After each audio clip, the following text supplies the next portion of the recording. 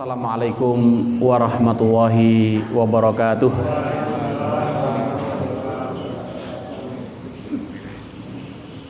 Bismillahirrahmanirrahim. Innal hamdalillah nahmaduhu wa nasta'inuhu wa nastaghfiruh wa na'udzu billahi min syururi anfusina wa min sayyiati a'malina.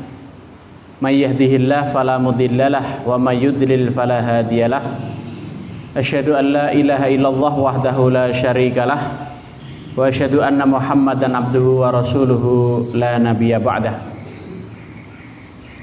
Qala Allah Ta'ala fi kitabihil karim, a'udzu billahi minasyaitonir rajim.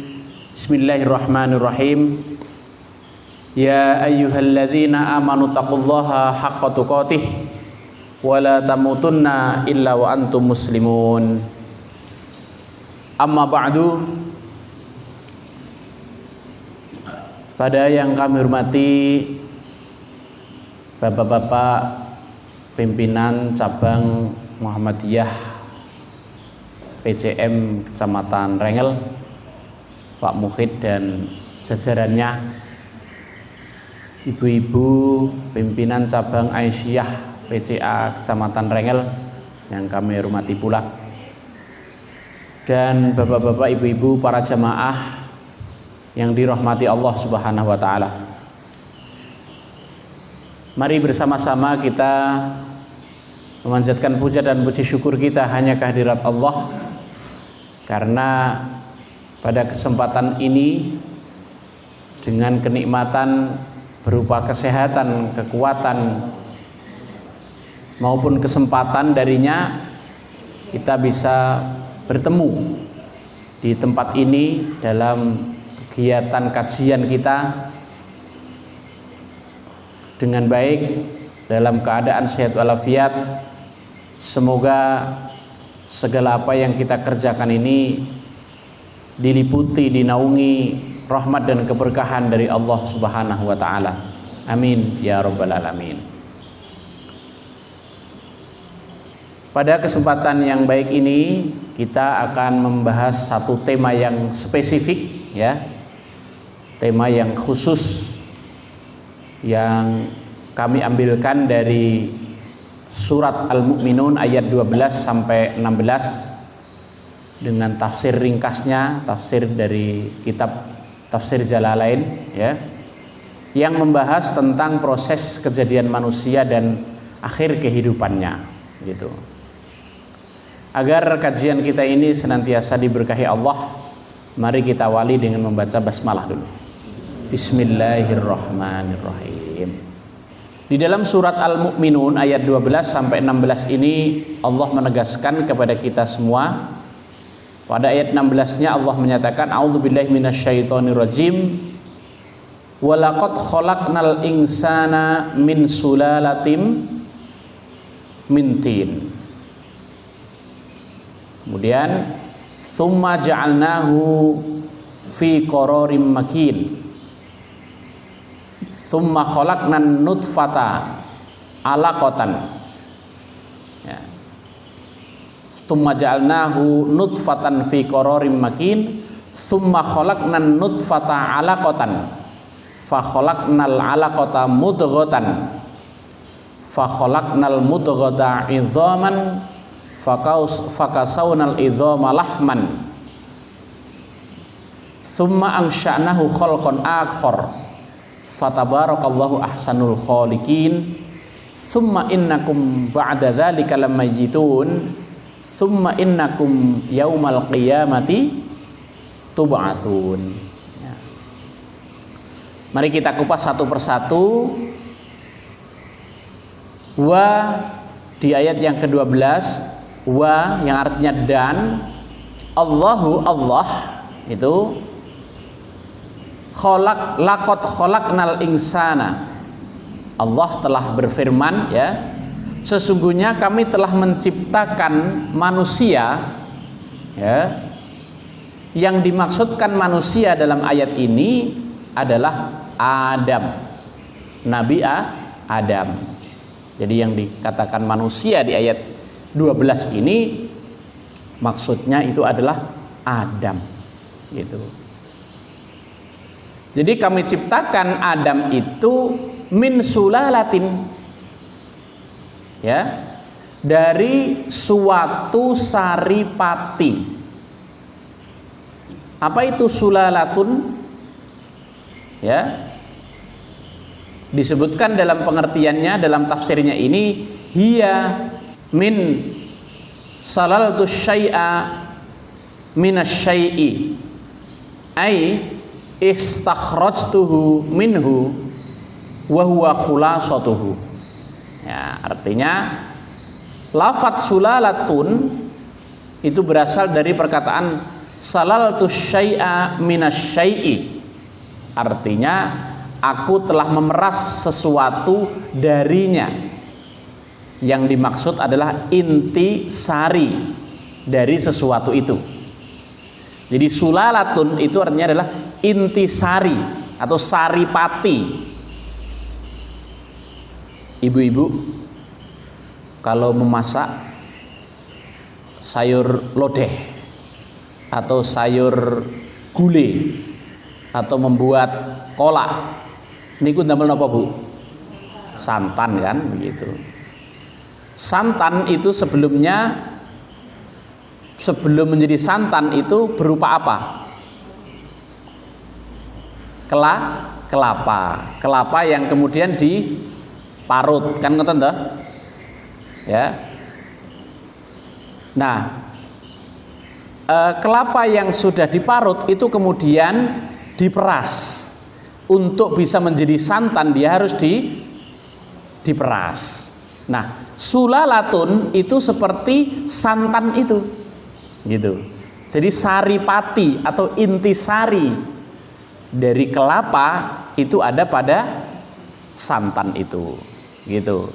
Sehingga kalau kemudian dibuat masak menjadi enak rasanya, begitu. Maknyus kata orang itu, maknyus begitu. Apalagi kalau dibuat masak mangut P, nah itu sudah nggak toleh-toleh kanan kiri kan begitu. Itu santan. Jadi sulalatun itu maksudnya adalah saripati atau intisari. Jadi manusia itu kami ciptakan dari saripati atau intisari mintin, tanah yang berasal dari tanah, gitu. Ya. Jadi ayat 12 menegaskan sesungguhnya kami Allah telah menciptakan manusia, maksudnya manusia ini adalah Nabi Adam, itu dari saripati tanah. Ya itu. Jadi manusia diciptakan dari tanah. Kalau malaikat diciptakan dari cahaya. Sedangkan iblis diciptakan dari api, begitu. Jadi iblis minan nar, sedangkan malaikat minan nur. Beda sedikit saja. Nar dengan nur, gitu. Nar itu api, nur cahaya, begitu. Manusia diciptakan oleh Allah dari tanah, dari saripati tanah, gitu. Kemudian berikutnya, ya, ayat yang ke-13. Tsumma ja'alnahu fi qararim makin. Tsumma kemudian ja'alna kami menjadikan dia ai al-insan naslu Adam. Dalam tafsirnya ini kemudian kami jadikan ia manusia. Nah, yang dimaksud manusia di dalam ayat 13 ini naslu Adam, keturunan Nabi Adam, keturunannya Adam. Jadi bukan lagi Adam, begitu. Ya. Kami jadikan anak keturunan Adam itu nutfatan, dari nutfah. Kalau Adam kan diciptakan dari tanah. Jadi mungkin kalau kita gambarkan gitu, analogikan gitu ya, lempung gitu, lempung, tahu lempung jenengan? Ya lempung, tanah yang lembek, yang basah, dibentuk gitu, ya, kemudian jadilah manusia, kira-kira begitu. Tapi Allah kan tidak begitu, ya, gitu, ya. Nah, sedangkan manusia keturunannya keturunan Nabi Adam itu diciptakan dari nutfah. Apa itu nutfah? Maniyan, yaitu air mani. Gitu. Air mani adalah sel telur laki-laki yang kemudian membuahi sel telur perempuan. Jadi spermatozoa bertemu dengan ovarium. Di mana bertemunya? Fi qararim makin, di tempat yang kokoh, berada dalam tempat yang kokoh. Apa maksudnya? Huwar rahim, yaitu rahim. Ya, jadi gitu.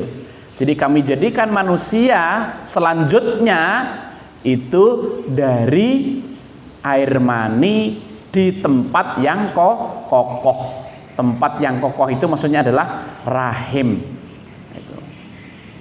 Disambung berikutnya dengan ayat yang ke-14, dijelaskan lebih detail. Ayat 14 lebih panjang ya. Summa khalaqnan nutfata 'alaqatan. Ya. Kemudian air mani itu kami jadikan segumpal darah. Jadi dari air mani yang membuahi ovarium, ya, atau air mani perempuan, wanita, ya, setelah terjadi pembuahan jadilah dia segumpal darah, ya, segumpal darah. Di sini disebutkan tafsirnya daman jamidan, darah yang kental.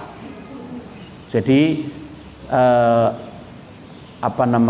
bakal manusia itu yang berupa darah itu berbeda dengan darah pada umumnya itu, yang darah mengalir itu bukan seperti itu, tapi darahnya kental, darah yang kental.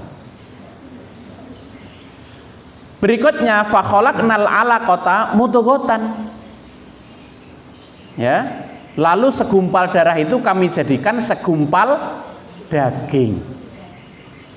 Jadi dari air mani kemudian menjadi segumpal darah, setelah menjadi segumpal darah menjadi segumpal daging. Ya, itu pada trimester yang pertama kalau menurut penjelasan dokter kandungan itu. Ya, prosesnya seperti itu. Ya, segumpal daging.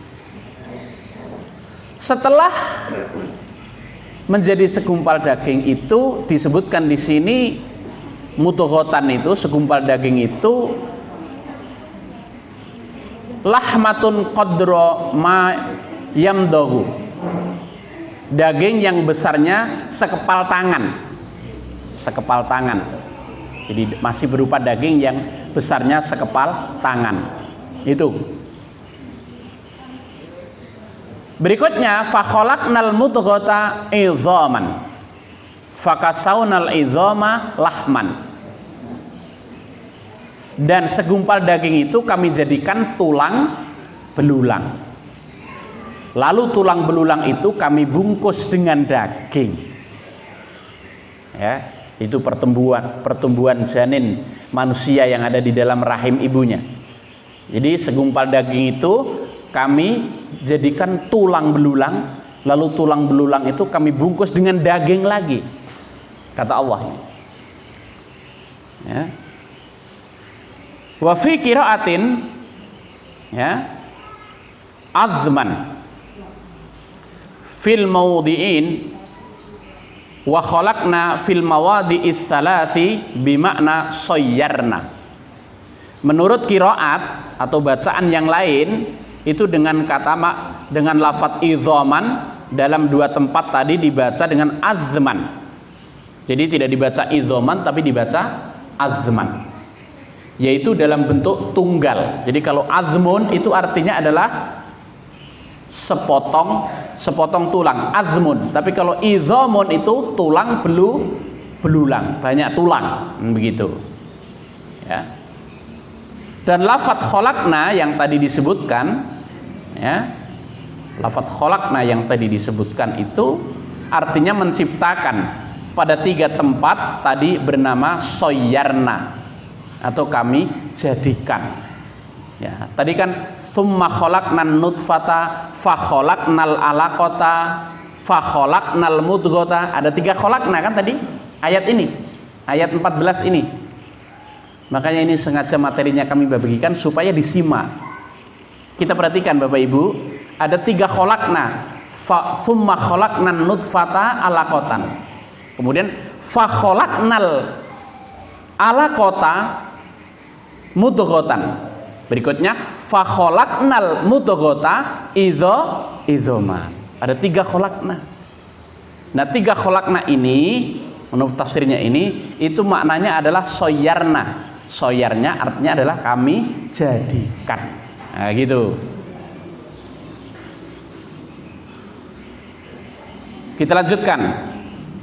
Baris yang kedua, tulisan Arabnya di dalam kurung sebelah kiri, mohon diperhatikan.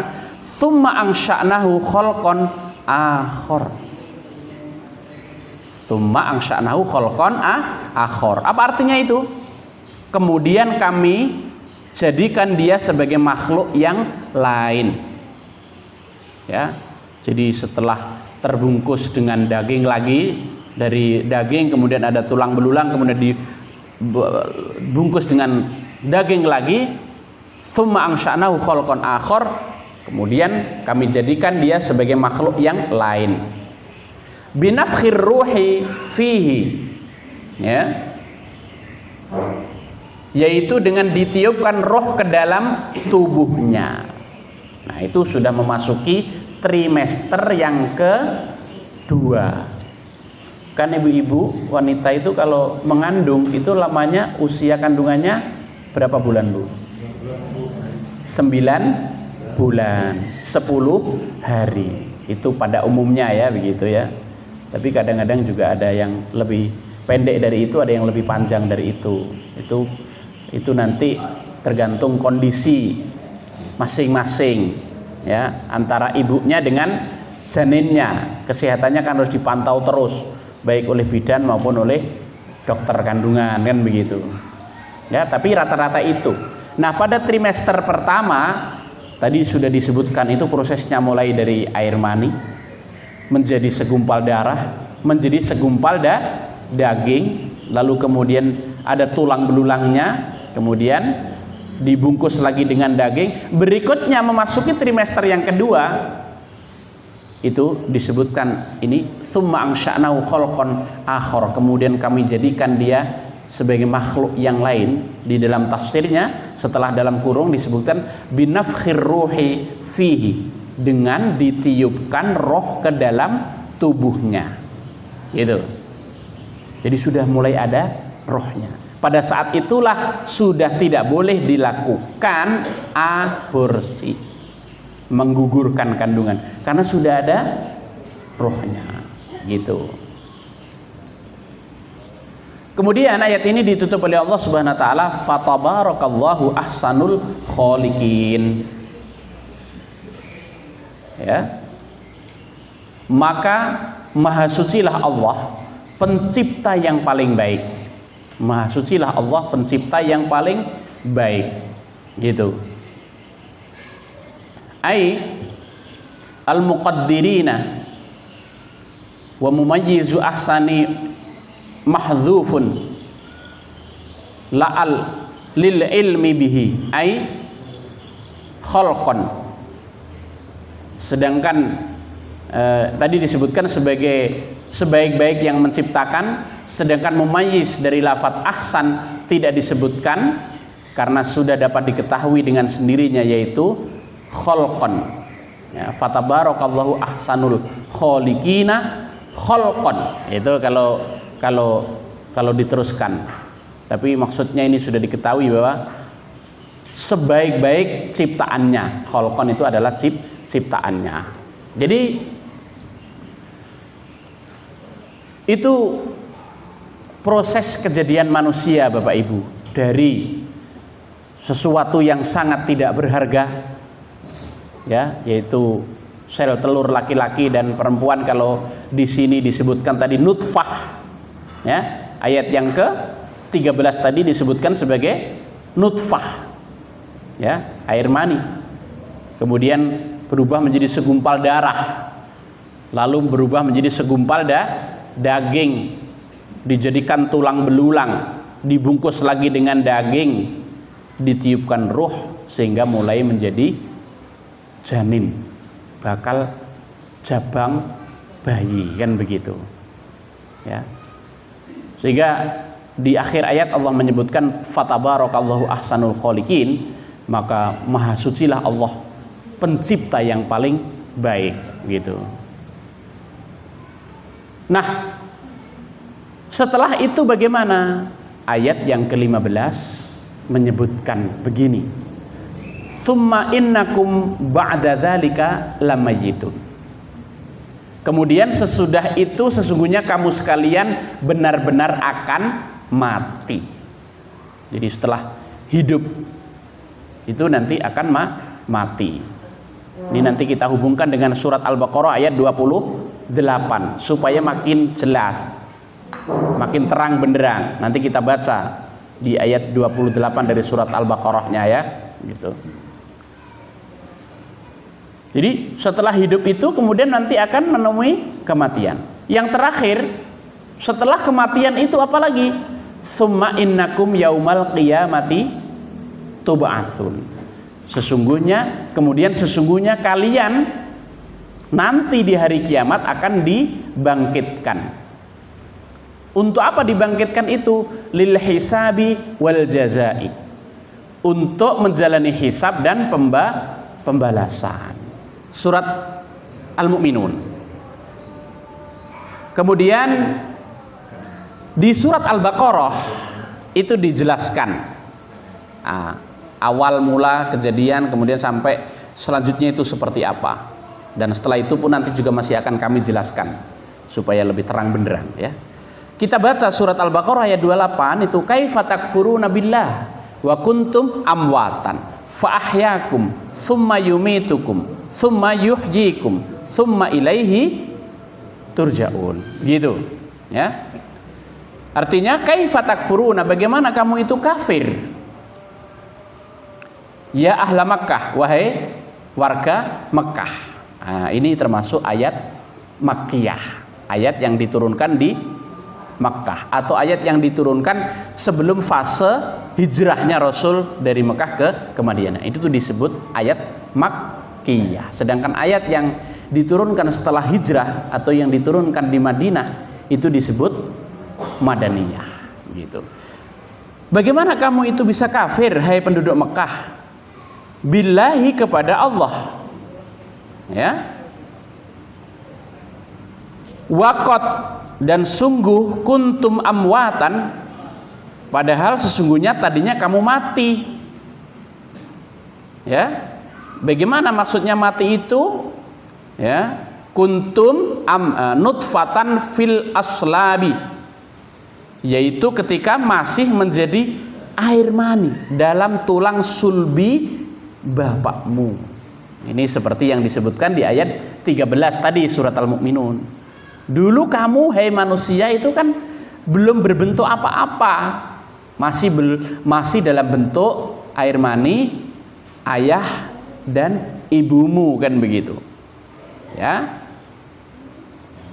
Fa ahyakum, lalu kemudian Allah menghidupkanmu. Di mana Allah menghidupkanmu itu? Fil arham, di rahim ibumu, wad dunya, dan di dunia. Dengan cara bagaimana? Binafkhir ruhi fikum, dengan jalan meniupkan roh pada tubuhmu, ya. Jadi kamu dulu tidak ada, kemudian Allah mengadakanmu melalui itu proses tadi yang sudah disebutkan tadi, dari air mani, segumpal darah, segumpal daging, kemudian ditiupkan roh di dalam rahim ibumu, kemudian di dunia, ya, di dunia. Nah, itu keberadaan manusia, kehidupan manusia yang pertama di alam rahim, kemudian yang kedua di alam dunia setelah diberikan roh oleh Allah Subhanahu wa ta'ala. Wal istifhamu lit ta'jub min kufrin man kafara hum ma'aqiyamil burhani aulit taubih. Ya, artinya pertanyaan di sini untuk menyatakan keheranan atas kekafiran mereka, padahal bukti-bukti cukup ada, atau dapat juga sebagai celaan dan kecaman terhadap mereka yang ingkar. Gitu. Jadi manusia tidak ada apa-apanya lalu kemudian menjadi ada itu setelah ditiupkan roh. Karena itu kita itu disebut sebagai manusia kalau terdiri dari dua unsur, jasmani dan rohani. Ada jasad juga ada roh. Kalau ada jasad saja tidak ada roh, tidak bisa disebut sebagai manusia, melainkan disebut sebagai jenazah atau mayit. Sedangkan kalau ada roh tapi tidak ada jasad, itu lebih mengerikan lagi. Lebih mengerikan lagi gitu. Bisa disebut hantu, disebut sebutan-sebutan lain. Karena itu dulu ada parian di orang tua kita itu, Pak Gendut lulu lubah, wong mati ora obah, yen obah medeni bocah gitu. Yen urip golek duit, ya kan begitu. Jadi wong mati ora obah, orang mati tidak bergerak karena tidak ada roh, kan begitu. Kita itu bisa obah itu karena ada roh, begitu. Jadi kalau orang hidup tapi tidak bergerak seperti orang mati, orang hidup itu harus gerak. Nah, gerak yang kita jalani ini adalah gerak dakwah, kan gitu. Gerakan-gerakan dakwah untuk amar ma'ruf dan nahi mungkar, sebaik-baik gerakan, kan begitu. Ya. Jadi wong mati ora obah, yen obah justru medeni bocah. Kalau ada orang mati kok obah itu medeni bocah gitu. Saya kira ya bukan hanya bocah yang wedi, wong tua ya wedi, kan begitu. Itu ya. Jadi itu karena adanya unsur jasmani sekaligus rohani, ada jasad dan ada roh, begitu. Fa ahyakum, maka Allah menghidupkan kalian. Itu yang pertama, menghidupkan kita di alam rahim ibu kita masing-masing. Ya. Dan di dunia dengan ditiupkannya roh kepadamu, begitu. Jadi kita lengkap, ada unsur jasmani, ada unsur rohani, ada jasad, ada roh, begitu. Ya. Dan proses kejadian manusia seperti itu pada umumnya. Jadi terjadi pembuahan sel telur laki-laki dan perempuan di dalam rahim wanita, gitu. Kecuali pada dua manusia, yaitu Nabi Adam dan Nabi Isa, yang tidak seperti itu. Ya, Nabi Adam bahkan sama sekali beda. Jadi dari tanah diciptakan oleh Allah, kemudian ditiupkan ruh di situ. Sedangkan Nabi Isa tidak melalui proses perkawinan seperti itu. Allah langsung meniupkan ruh di dalam rahim Maryam, ibunda Nabi Isa, kemudian lahirlah Nabi Isa, begitu. Ya, jadi seperti itu. Nah, berikutnya kita baca baris kedua dalam kurung yang kedua dari kiri. Summa yumitukum. Yang baris kedua yang di tengah ya. Summa yumitukum. Kemudian dia Allah mematikan kalian, yaitu inda intihai ajalikum, ketika sampainya ajalmu. Tadi seperti di dalam surat Al-Mu'minun ayat yang ke-15. Summa innakum ba'da dzalika lamayitun tadi. Di sini disebutkan summa yumitukum, kemudian Allah mematikan kalian, yaitu ketika ajal kalian telah habis. Begitulah kita. Jadi setiap manusia, bahkan setiap yang bernyawa, semua makhluk Allah itu pasti akan mati. Ditegaskan dalam ayat yang lain oleh Allah, kullu nafsin dha'iqatul maut. Setiap yang bernyawa pasti akan mati, merasakan mati. Nah, begitupun kita manusia. Setelah kita dari tidak ada kemudian diadakan oleh Allah di alam rahim ibu kita masing-masing, kemudian di dunia, lalu pada akhirnya pasti akan dimatikan oleh Allah Subhanahu wa taala ketika ajalnya sudah tiba, dan ajal itu sudah ditentukan oleh Allah ya, melalui qadanya, tapi tidak diberitahukan kepada kita. Mengapa kok tidak diberitahukan, Bapak Ibu? Allah merahasiakan umur kita supaya kita selalu bersiap-siap untuk menemui ajal kita, kan begitu. Karena tidak diberitahu, maka kita selalu siap-siap. Coba kita perhatikan firman Allah yang lain itu, ya ayyuhalladzina amanu taqullaha haqqa tuqatih. Wahai orang-orang yang beriman, bertakwalah kalian kepada Allah dengan sebenar-benarnya takwa. Wala tamutunna illa wa antum muslimun, dan janganlah sampai kamu mati kecuali dalam keadaan Islam, berserah diri. Masalahnya kan kita tidak tahu kapan kita akan mati, sehingga kita selalu berusaha untuk takwa kepada Allah, selalu berislam. Sewaktu-waktu Allah menghendaki kita dalam kondisi kematian itu, kita insya Allah dalam keadaan Islam, dalam keadaan bertakwa, alias dengan sebutan lain husnul khotimah. Begitu ya, itu suatu rahasia dari Allah ya, yang tidak ada yang mengetahuinya. Lalu berikutnya, yang selanjutnya setelah kematian itu, summa yuhyikum, baris kedua dari atas, pojok paling kiri di dalam kurung, summa yuhyikum, kemudian dia Allah menghidupkanmu lagi. Tadi kan menghidupkan yang pertama, kemudian mematikan, kemudian menghidupkan lagi. Bil ba'si, yaitu setelah berbangkit. Jadi setelah dunia ini nanti kiamat, semuanya hancur begitu, semuanya hancur, maka kemudian Allah membangkitkan manusia lagi. Ya, itu disebut sebagai hari berbangkit atau yaumul ba'si, hari berbangkit. Pada saat itulah kita semua dihidupkan semua lagi. Setelah semua dimatikan pada saat kiamat tiba.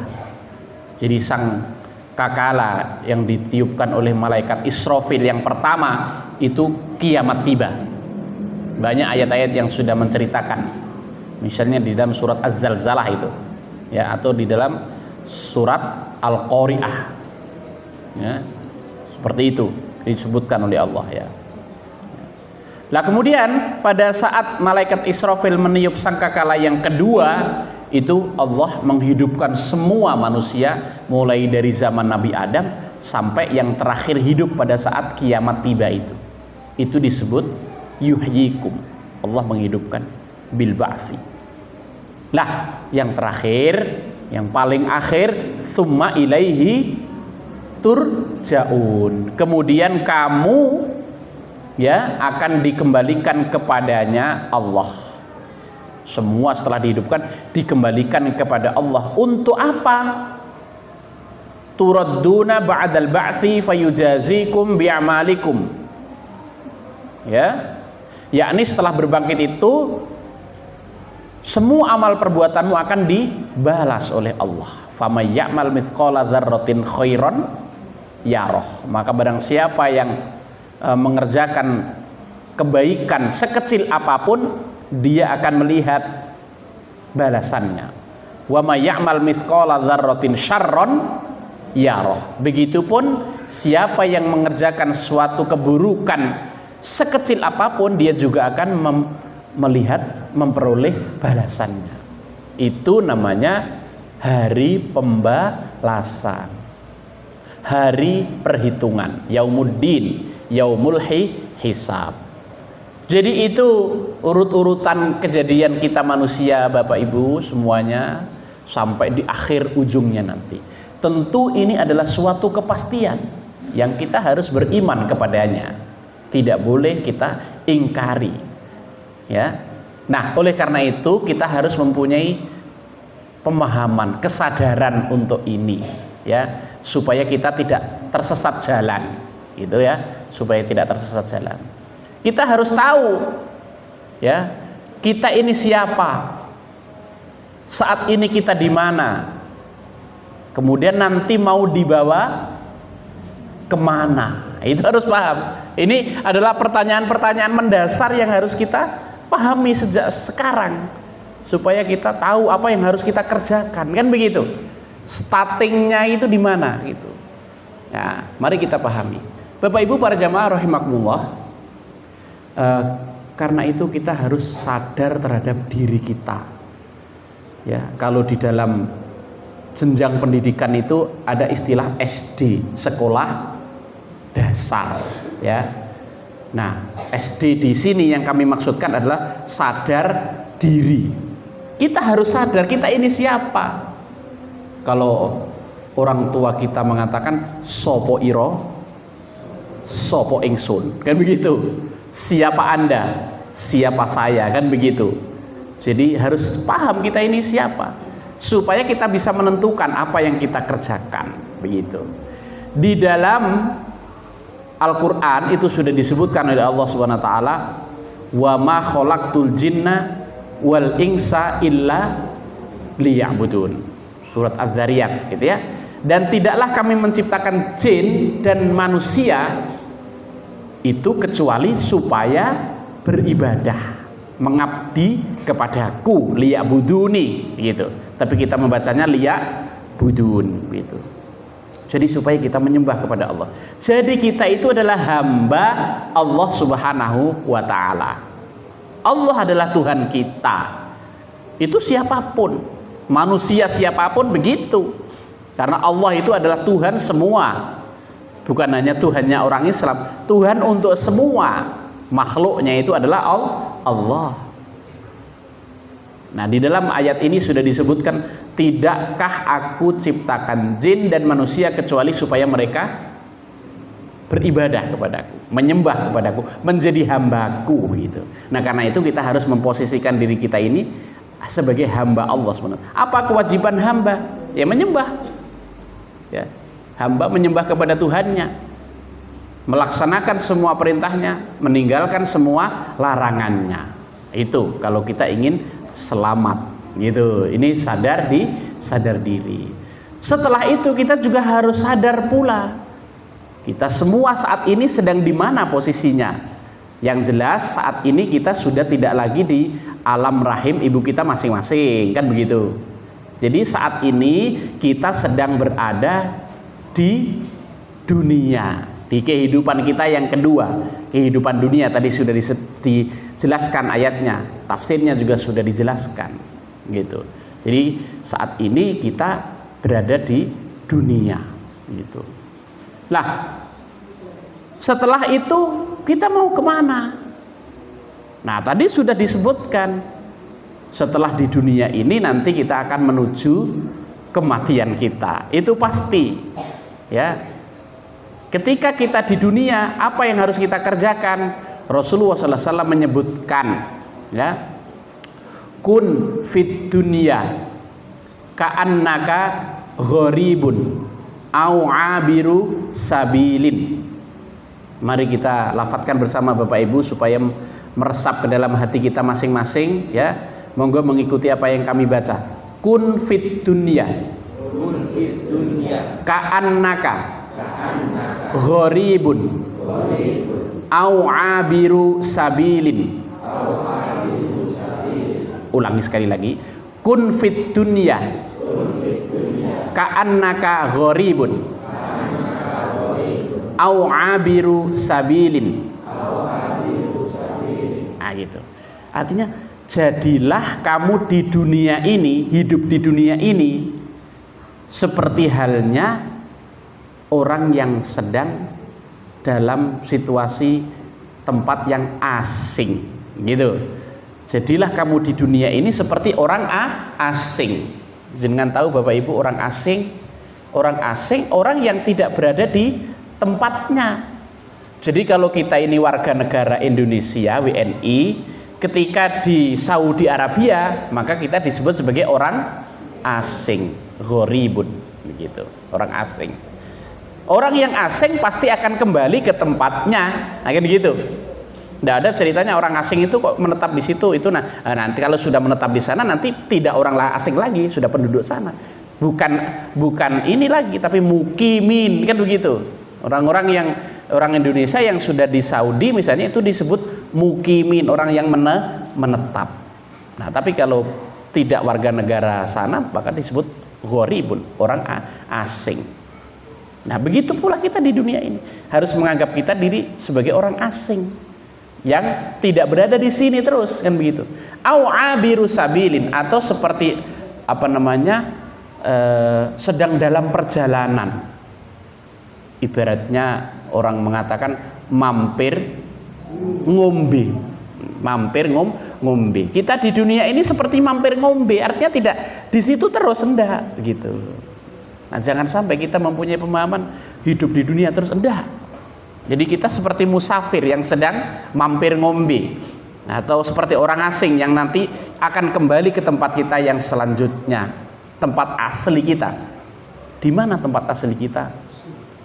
Ya, di yang terakhir tadi itu, ya, summa ilaihi turja'un, kemudian kepadanya Allah kamu akan dikembalikan di akhirat. Makanya disebut hari akhir karena tidak ada hari setelah itu, hari yang terakhir sudah, kan begitu. Nah, itu di dunia. Nah, agak kita percepat karena waktu ya. Kemudian setelah itu, setelah kita sadar mengenai posisi kita itu, bahwa kita di dunia nanti akan mengalami kematian, setelah itu akan kembali kepada Allah di akhirat, ya. Maka kita juga harus sadar ketika di dunia itu apa yang harus kita kerjakan, kan begitu. Supaya akhir kehidupan kita menjadi kehidupan yang baik, supaya di akhirat nanti kita ditempatkan oleh Allah di surganya. Apa yang harus kita kerjakan supaya kehidupan kita husnul khotimah, happy ending, akhir yang membahagiakan, kan begitu. Apa yang harus kita kerjakan?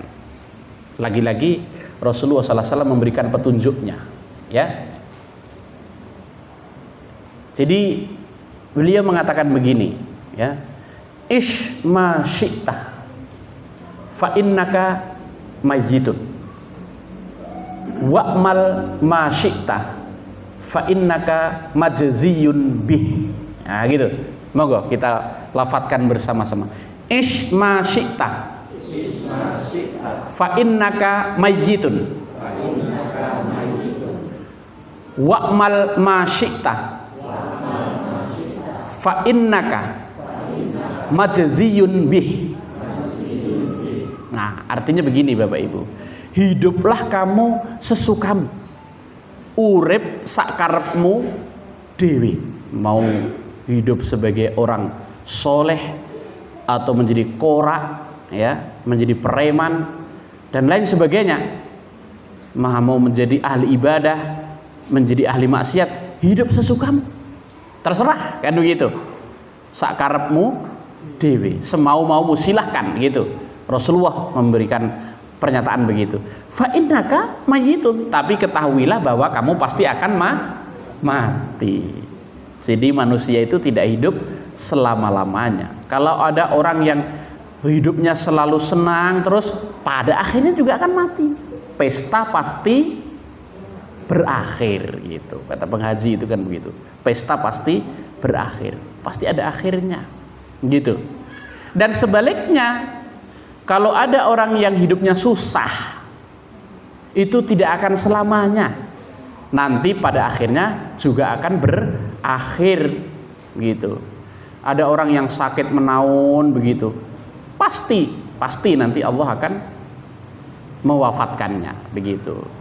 Jadi oleh karena itu, kalau kita senang di dunia ini, jangan kemudian lupa, pasti kesenangan itu akan berakhir. Begitupun kalau kita susah di dunia ini, juga jangan kemudian putus asa.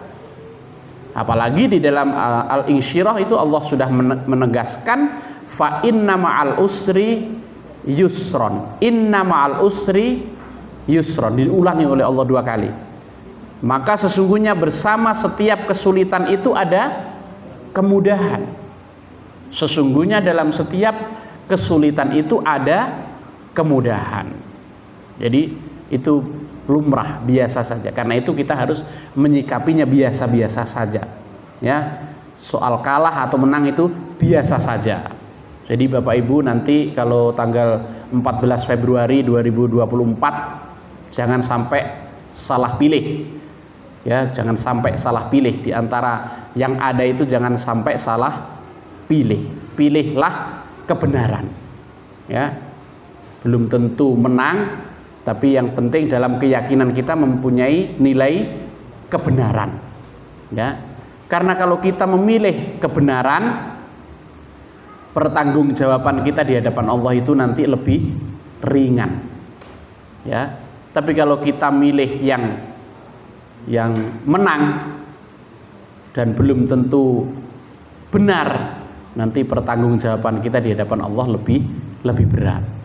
Nah, syukur kalau kebenaran yang benar itu kita pilih juga menang, itu alhamdulillah kan, manfaat yang diberikan lebih besar lagi kan begitu. Tapi masing-masing pilihan kita itu akan kita pertanggungjawabkan bukan hanya di hadapan manusia tapi juga di hadapan Allah Subhanahu wa taala.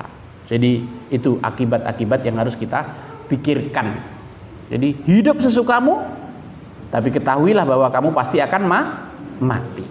Yang kedua, bekerjalah, berbuatlah apapun yang kamu sukai, yang kamu inginkan, ya. Tapi ketahuilah bahwa kamu pasti akan dibalas amal perbuatanmu itu, gitu. Tadi Az-Zalzalah ayat yang ke-7 dan yang ke-8. Faman ya'mal mithqala dzarratin khairan yarah wa may ya'mal mithqala dzarratin syarran yarah. Siapa yang melakukan satu kebaikan walaupun kecil akan melihat balasannya, akan menerima balasannya. Dan sebaliknya, siapa yang mengerjakan suatu keburukan walaupun kecil, sekecil apapun, ya, dia juga akan mendapatkan balasannya. Itu. Ya, dan semuanya itu dibalas oleh Allah Subhanahu wa taala secara adil. Ya, sehingga kita harus sadar mengenai akibat. Ya, sadar mengenai akibat. Apapun yang kita kerjakan di dunia ini, kita harus sadar mengenai akibat atau SMA. Nah, kan begitu. Tadi ketika kita sadar mengenai posisi adalah SMP, kan begitu. Ya, posisi kita di dunia nanti menuju akhirat. Mengenai akibat, ya tadi itu, kalau kita di dunia itu, ya kita paham bahwa kita akan berakhir, ya, hidup sesukanya tapi akan mati. Bekerja apapun pasti akan dibalas oleh Allah. Sadar mengenai akibat. Nah, selanjutnya tahap yang berikutnya Bapak Ibu yang harus juga kita pahami, masuk kita fase PT, perguruan tinggi. Tapi yang saya maksudkan di sini adalah pasrah dan tawakal gitu. Setelah semuanya itu kita kerjakan dengan sebaik-baiknya, kita sudah menyadari bahwa kita ini adalah hamba Allah Subhanahu wa taala yang mempunyai kewajiban untuk mengabdi, beribadah kepadanya. Kita sudah mengenai posisi kita, juga sudah sadar di dunia ini kita memposisikan diri kita sebagai orang asing, ya, sebagai musafir yang tidak tinggal di sini selama-lamanya. Kita sadar sesadar-sadarnya dunia ini hanya sementara. Dunia ini sering kita sebut sebagai fana. Ya, itu maksudnya sementara, hancur, binasa. Ya, sedangkan alam setelah dunia ini disebut sebagai alam baka. Alam baka. Baka itu berasal dari kata bako. Bako itu artinya adalah kekal. Ta'ala sabihis itu Allah menyebutkan walal akhiratu khairu wa abqa. Sungguh kehidupan akhirat itu lebih baik dan lebih kekal, gitu. Sementara di dalam surat Ad-Duha walal akhiratu khairul laka minal ula.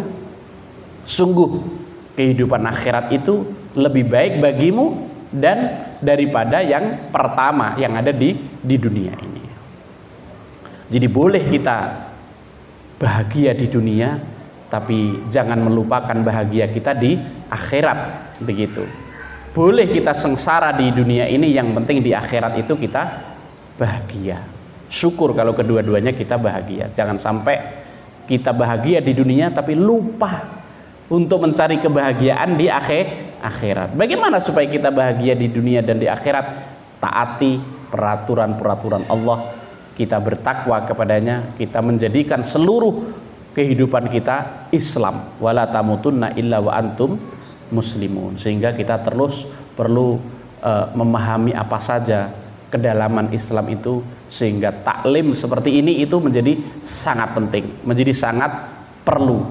Yang hadir sangat banyak ini, kami sangat terharu dengan yang ada di sini. Biasanya tamunya lebih banyak dari tuan rumahnya, tapi ini alhamdulillah tuan rumahnya lebih banyak insya Allah.